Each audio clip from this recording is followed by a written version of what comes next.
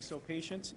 Everyone here with me has been working very hard as we modify the incident action plan to do the very best we can to support the residents of the involved counties here in Central California. Thank you.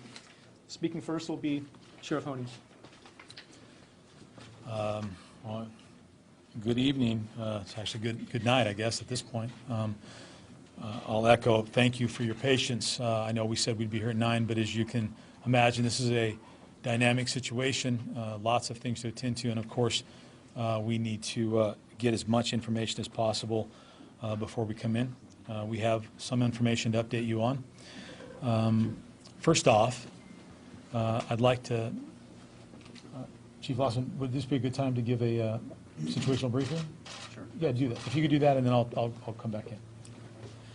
Thank you, Sheriff. Good evening, folks. Kevin Lawson, I'm the Incident Commander for CAL FIRE Incident Management Team 3. Just a quick operational update on the current situation that we're facing with the dam. Currently, right now, on the main spillway, we are releasing 100,000 CFS, okay, cubic feet per second. That's the amount of water that we're going to keep flowing for as long as we can. The ultimate goal, we're working very closely with DWR. Those are the subject matter experts for us. We're working very closely with them. We're going to continue to maintain that goal until we can get the lake. What the goal is to get it to drop approximately 50 feet. That's 50 feet. If we can continue to do that, that's great. That brings a little bit of calm to what we're trying to accomplish here. So again, we are dealing with Mother Nature and a very dynamic situation that is ongoing and moving. So we're dealing with some soil erosion that is taking place on the emergency spillway. That is why we have upped the, we've increased the release of water over the main spillway to 100,000 CFS, so we didn't have any more water coming over the top of the emergency spillway. That is the goal. Because when we had water coming over the top of the emergency spillway, it was beginning to erode the ground, right? And when you start to erode the ground and the dirt and everything else starts to roll off the hill, it starts to undermine itself. But when it's doing that, it starts working its way back towards the emergency spillway. That portion of it has nothing to do with the dam itself, large portion. But if that is not addressed and we don't take care of that and mitigate it properly, essentially what we're looking at is approximately a 30-foot wall of water that would be coming out of the lake. Not the lake draining, but a 30-foot wall of water. That is why we took the appropriate measures that we did, and the sheriff did, and implemented the evacuation process that we had going. So a couple of quick things that I would also share with you. Currently, right now, these are some numbers that I can share with all of you, is in Butte County, what we're looking at is approximately 35,000 residents under an evacuation order. Yuba County, we're looking at 65,000 underneath an evacuation order. Yuba City, 76,000 under evacuation warning. Marysville City is 12,000. Okay? Thank you, Sheriff. Thank you, Chief. In a moment, I'll bring up Director Bill Croyle from the Department of Water Resources to make a comment, but I do want to say this. We have been getting questions from various media sources asking whether or not there has been looting or shots fired in any of the cities that we've evacuated.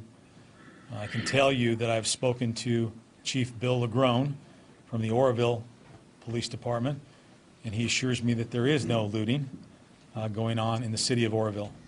We think that the rumor about that probably stems from the fact that near the beginning of this incident, when we began to talk about evacuations, an individual broke into a business.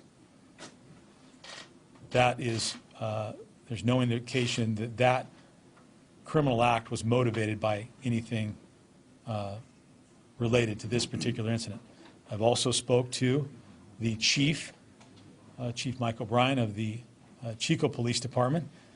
He assures me that there is no rioting or looting or anything of that nature going on in Chico.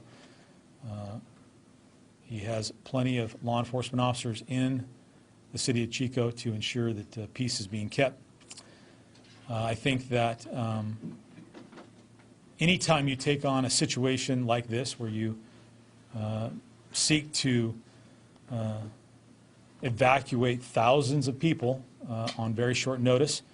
It can be a chaotic situation, and we understand that. But based on the reports that I've been receiving to this point, things have been going fairly well, taking into account how chaotic and difficult this situation is to begin with. I think I'll take an opportunity to invite Chief O'Brien up to tell you about what's going on in Chico in terms of the evacuation centers. We have a number of them open, but at this point, our evacuations are continuing, and we're moving into a situation where we have law enforcement resources patrolling the various areas that have been evacuated to ensure that the community is safe and that those places are secure. Chief? Thank you, Sheriff. As was mentioned, my name is Michael Bryan. I'm the Chief of Police in the City of Chico, and I do want to provide an update on the shelter situation, not only in Chico, but elsewhere in Butte County.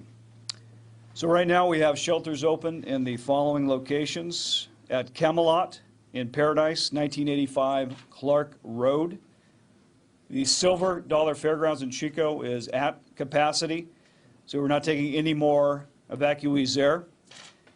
The CMA Paradise Alliance Church is open, and that's on Clark Road, 6491 Clark Road in Paradise.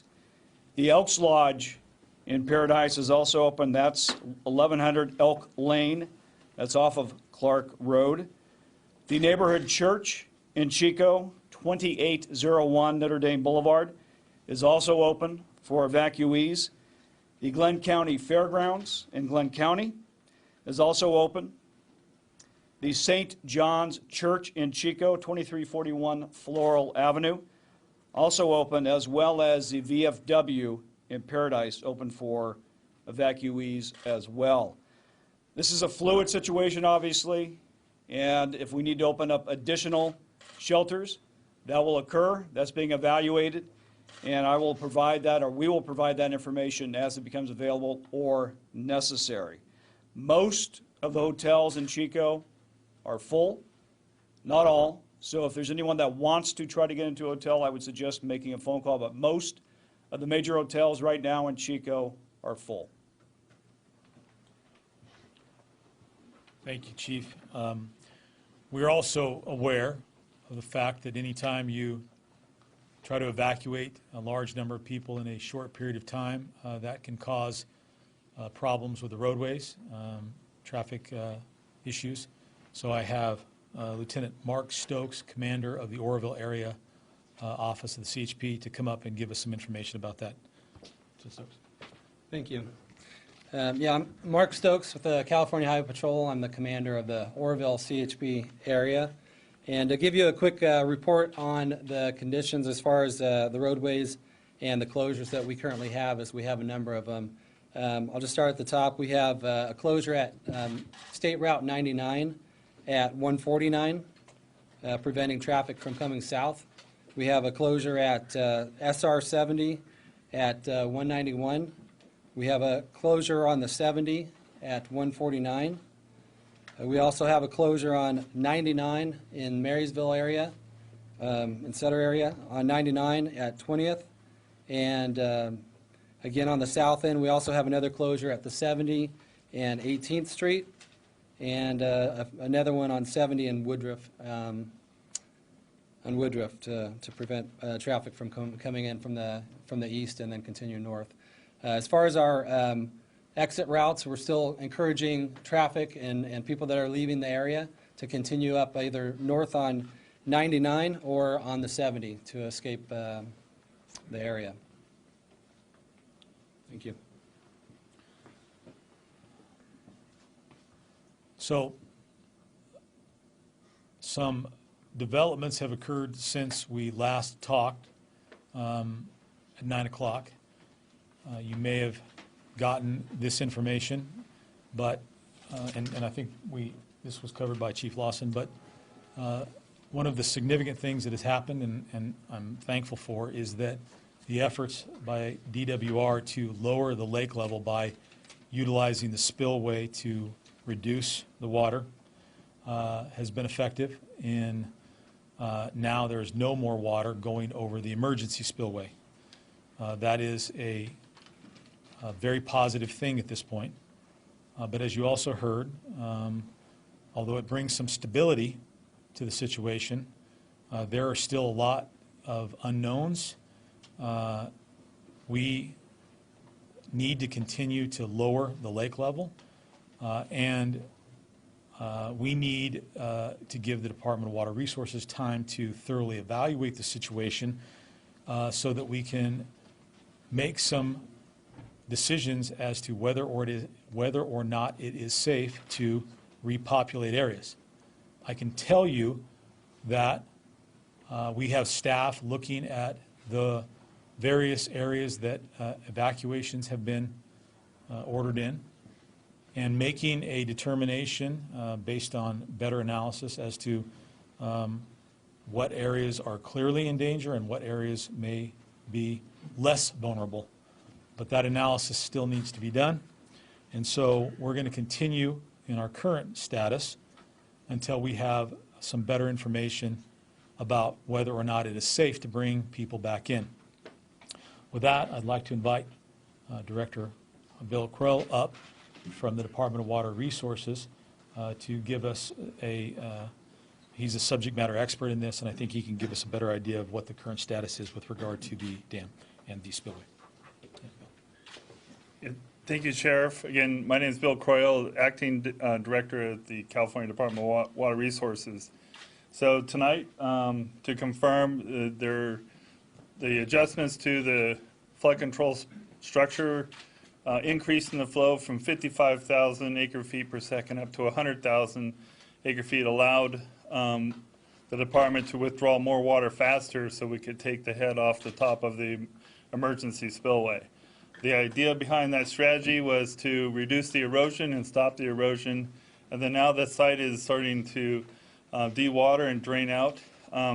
With the resources of Butte County Sheriff, we've been able to go out, put our geotechs and engineers in the air, and visually inspect that area in detail tonight. So we have some things we want to make sure that we get back in the morning and address those more, specifically on the ground, again, with our resources. We have developed our contingency plans, and we will refine those as soon as we can get out with first light and look at our strategy. So resources are being brought into the area to address this concern. With the, one of the things that we're really sensitive to is the condition of the existing but damaged flood control structure that we've been all working on this week in our unified command structure with a number of agencies and experts that have been brought in to address the assessment, the monitoring, and evaluation of our current conditions, and allowing us to address some of the things that are coming up. One of the key things for us is we need to evacuate some of the water that's behind that reservoir so we can get ready for the incoming storms. Right now, the inflow into the reservoir is 40,000 CFS. We're discharging 100,000 CFS. So again, we're making additional flood control storage. We need to do that for a length of time so we can make room for the anticipated storm here later this week. If we can keep this discharge rate up and not compromise the flood control structure, then we're going to do it. If we can do that for a day, we can move out about 1.2 million acre-feet of water. So we need to get down, as indicated earlier, almost 50 feet to get at a level that we would normally operate this reservoir to at giving this kind of a year with the snowpack and our current inflow conditions. One thing I might mention, this is a very wet year. We're very aware of our snowpack and our hydrologic conditions. We want to make sure that we're looking at everything, whether it's hydrologic or weather forecasts and our condition of our infrastructure to make sure we're doing everything we can to make sure that that operates and protects the public. I think with our multi-agency approach that we've taken here, we're doing that. I think today was an example. It was a tough call to make. It was the right call to make to protect the public. Thank you. As I told you earlier, we have had the commitment of substantial resources from both state and local partners. I've had the opportunity to converse with the Governor's Office of Emergency Services this evening. They've committed their resources. And we have Chief Segura from OES. And Chief, I'd invite you up if you'd like to provide some information as to what resources we have coming. Okay, good evening. Kim Segura, State Fire and Rescue Chief for the Governor's Office of Emergency Services. I think the Sheriff has very eloquently identified that we've all been working very closely together, both at the local, state, federal, and including tribal agencies that are involved. Currently, as an example, the law enforcement community here in the county and the surrounding counties have better part of 250 law enforcement officers from different parts of the state, either on scene or currently en route to assist with their efforts for security and keeping things safe for us, as well as the people who have evacuated. We're also working very closely with the fire agencies in the area. An example is Butte County has requested the use of 13 Type 1 swift water teams that are currently en route here to assist if necessary. There's additional engine strike teams that have been requested that will assist as well. I think besides the CAL FIRE incident management team that is here directly assisting DWR with this incident, there's another incident management team that's also going to be deploying to Butte County to assist them, and we will continue to evaluate the situation not only in Butte County but the surrounding counties. On top of everything else, there are other places in the state that are dealing with other water as well as snow issues, and the entire resources at the local, state, and federal level are all working very closely together to make things as safe and as secure as possible. And we'd also like to thank the Red Cross for their assistance as well. With that, I'll turn it back to the Sheriff and go from there. Thank you, Chief. I appreciate that. So, folks, as you can tell, we're still quite early on into this situation. There's still a lot of information yet to be gathered, analysis to be conducted. We are certainly doing our best to get that information gathered, analyzed, and then disseminated in a timely fashion. I certainly appreciate your cooperation and understanding and patience in this particular time. I'm very thankful to have the support of a lot of agencies and community members in this really difficult time. I recognize how tough this situation is on people. I recognize that we've had to displace a lot of people, but as you've heard tonight, we needed to do that to ensure the public safety, and that's the most important thing. That's the thing that we will continue to focus on going forward. I guess at this point we'll take some questions if necessary. Sure. Can you give us an update on the erosion of the emergency spillway and the repairs to it? Well, I think that I would probably better defer that to Mr. Croyle. Mr. Croyle? Yeah, because that is his wheelhouse. And Fine, thank you. yeah. Yeah, thank you, Sheriff. Again, now that we've been able to stop the water flowing over the emergency spillway, that stops the erosion. So again, we're in the process of doing that detailed analysis. It's going to take us a little while to get that done. We need to have some first light, evaluate the information we have. We have a number of different agencies, the regulatory side, as well as some of our technical experts and some of our consultants that we've brought in to address as these little things come up here since this the hole in the spillway showed up this last Tuesday. So it's going to take us a little time to process that. There's different strategies that we're looking at, but to get those detailed strategies and put them down in the implementation plan, we are bringing resources in as we speak to make sure we have those assets on site to be able to implement those strategies as soon as we can fine-tune those, agreeing what those are, and then implement them. Hey, Bill, how confident are you that you're going to be able to pull, what did you say, 1.2 million acre feet out in a day? I mean, you must be doing a ton of damage to that main spillway. We've Feasible? well, it's a dynamic situation. that also depends on the inflow to the river. If it stays nice and dry, we can keep the flow rates up. We kind of have a bigger delta, or we can remove more water from the reservoir. If we get some wet weather that flows into the reservoir, that means we're not going to be able to move as much out. So the key here is we need some drier weather or some cooler weather so to keep those inflows down while we release or discharge as much as we can at the reservoir. The key here is, again, we want to maintain the system at a rate that doesn't further degrade the infrastructure that we have. That's very important. We're in this for this, this past weekend, but we're also in this throughout the wet season. So we want to make sure that we operate and maintain the resources that we have, including the emergency spillway if we need it. That's why we want to go in, assess it, implement our control strategies, continue to monitor it, and if necessary, we will have to use it again. The idea here is we'll continue to try to dig into that reservoir, remove that water, and so that we can anticipate some of those higher flows that might come with with the spring runoff.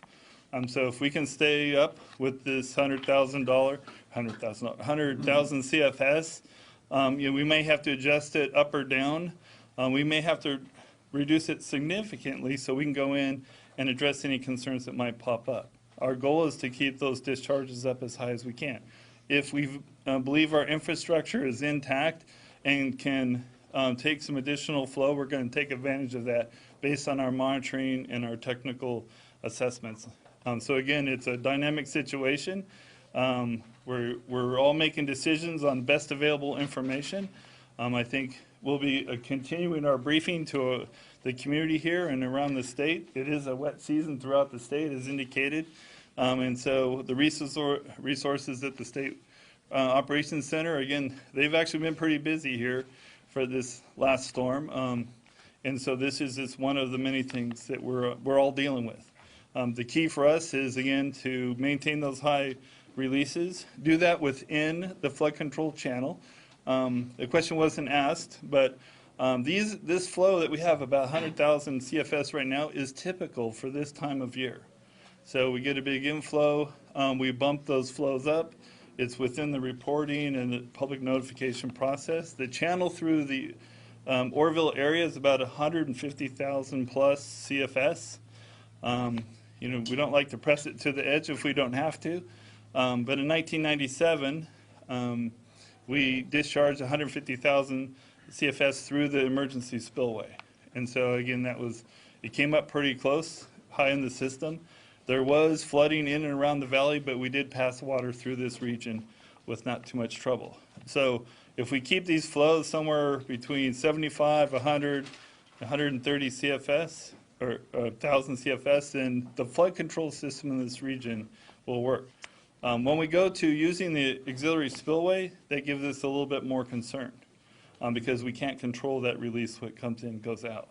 And so what normally in a flood control reservoir season, we have this flood storage capacity, which is kind of a buffer, and that adds a factor of safety. So that's what we're working to improve right now because we don't have a lot of that. Are you also sealing with rock? You had discussed that earlier, that cut that you discovered earlier today, are you still sealing that with bags of rocks? The erosion scar that came up late this afternoon, we have not been able to access that. We've only been able to access it from the air with the resources of Butte County. Again, looking at the assessment, getting the water off. So we have not physically done any corrective measures adjacent to the emergency spillway. So you have not been dropping rocks then? We have not been dropping rocks. What do you see as the biggest threat right now that you've got the water stop from going into the emergency? Well, there's still water up against the emergency spillway. And so we want to get in making sure that this erosion scar happened for a reason, so we want to better understand that. Again, this part of the facility has never been used before. It's designed to take what we call a maximum credible flood. Almost 750,000 CFS is the cross-section that particular part of the dam system, so it's not the dam, but it's part of the dam system. So the idea behind that really being able to take a huge amount of water is that kind of mega flood, but it preserves, it's designed to take a lot of water down through the system. Obviously, with those flow rates, you're going to destroy much of the Central Valley.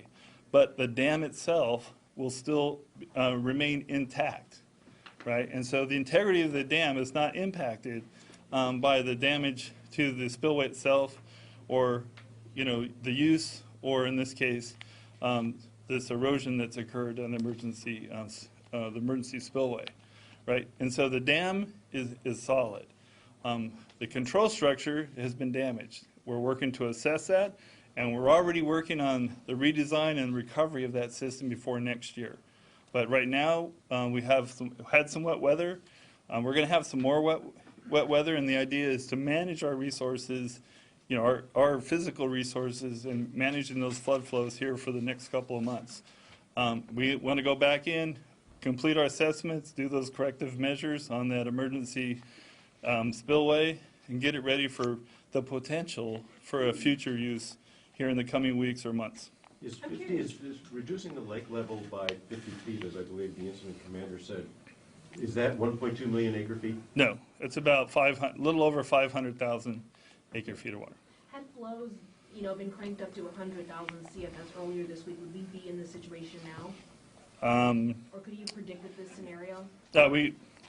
The event starting last Tuesday has thrown a lot of curves at, again, the group, the various agencies that are working on this.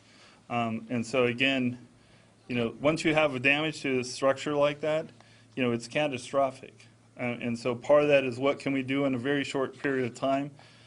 We determined that we could not fix the hole. It was 250 feet long, 170 feet wide, and almost 40 to 50 feet deep. You don't just throw a little bit of rock in it, and then with a few hours later want to throw, you know, 50, 60, 100,000 cubic feet per second. And so once we kind of worked through the math and looked at our available resources and how long we would need to keep this chute dry until we actually got it fixed, it was realized we couldn't repair it. We knew, and I think I've been messaging since Tuesday night, that we're going to see new damage. You know, what you see today might not be what you see tomorrow. That was earlier this week. This last 24, 36 hours, the site has stabilized. You know, so the erosion downstream of the spillway is kind of stabilized. There are some things that we are worried about and implementing our contingency plans, but we had some hydrology came in a little wetter, and the storm system parked over this region of California a little longer. So we had a forecast. We're operating to that forecast, and it came in a little wetter. So we took some water over the emergencies on spillway. We're glad it's there because it would have been very difficult to be able to pass that water without knowing more about the integrity of the infrastructure downstream. Because our goal is to be able to use that infrastructure throughout this wet season. So we don't want to put too much water down at any given time, so we want to maintain the integrity of that system. What would happen if there was further erosion to the main spillway or the emergency spillway? We're going to roll and mitigate those measures as we see that. If there's additional erosion or on the spillway itself, again, we'll reduce the flow, assess. We're already developing additional contingency measures to reduce to the extent that we have to or want to turn off the spillway, jump into the spill, implement that corrective measure to protect really the end of that spillway where the water falls off and kind of shoots out and goes downstream. So we have developed that strategy, and soon we'll have those materials on site should we decide that we need to deploy that. Sorry, deploy what materials and in what way? Well, they're designing, essentially, there's different ways to manage the lip and the velocities and the pressure differences on the end of that lip so that you don't continue to have concrete coming off. So the goal is to really, again, manage that system with flow and our control strategies, mitigation measures, so that we can kind of get on with using that facility the rest of the wet season. And can you do that? Can you take a pause, given how much water you were trying to move out in one day? Or, yeah, so that's the key with the decision to stay up at 100,000. The system is being monitored, highly monitored, and it's stable right now. So we're going to dig a hole in this reservoir. So if we choose to and feel like it's necessary to install that corrective measure, then we have time to do that. We can turn it off, install the measure, get out of the way, turn it back up. So it's your belief that so far that at 100,000, you're not seeing much more erosion on the main? At this time, that's true. Excuse me. My emergency management partners are at a point now where we're going to have to get back to work and continue to try to mitigate this incident. Many of us will be available for comments post-meeting, but we won't be able to take any more questions, at least in this forum at this time. Thank you. And Sheriff, you really don't know at this point how long it's going to take before you'll have enough information to lift this mandatory evacuation. I don't, Terry. It's still a lot of unknowns, and we're still relatively early in this situation, and we need to give Department of Water Resources an opportunity to take a closer look at what has transpired with the emergency spillway. I think it's important that we Is that what they just said? keep the level of the lake low enough so that we don't have to utilize the emergency spillway until we have a better idea. But as I said earlier, public safety is my #1 concern, and ensuring the safety of 1,000 people, thousands of people, was critical. I'm not going to lift the evacuation order until I have a better idea about what that means and what risk that poses. All right?